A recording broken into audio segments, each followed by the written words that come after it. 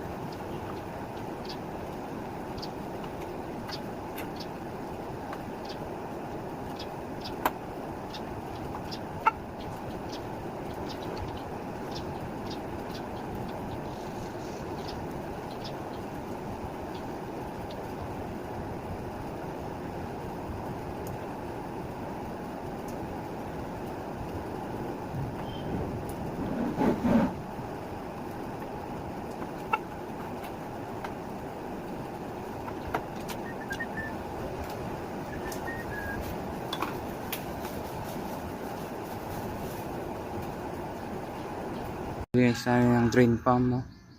Daming jelly. Nagwa-water leak na pala to.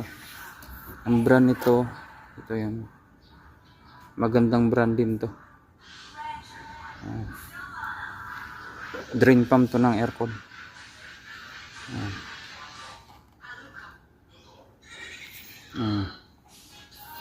Tumutulo siya. Ang issue naman nito, nagwa-water leak, umapaw na tong ano, drain pump.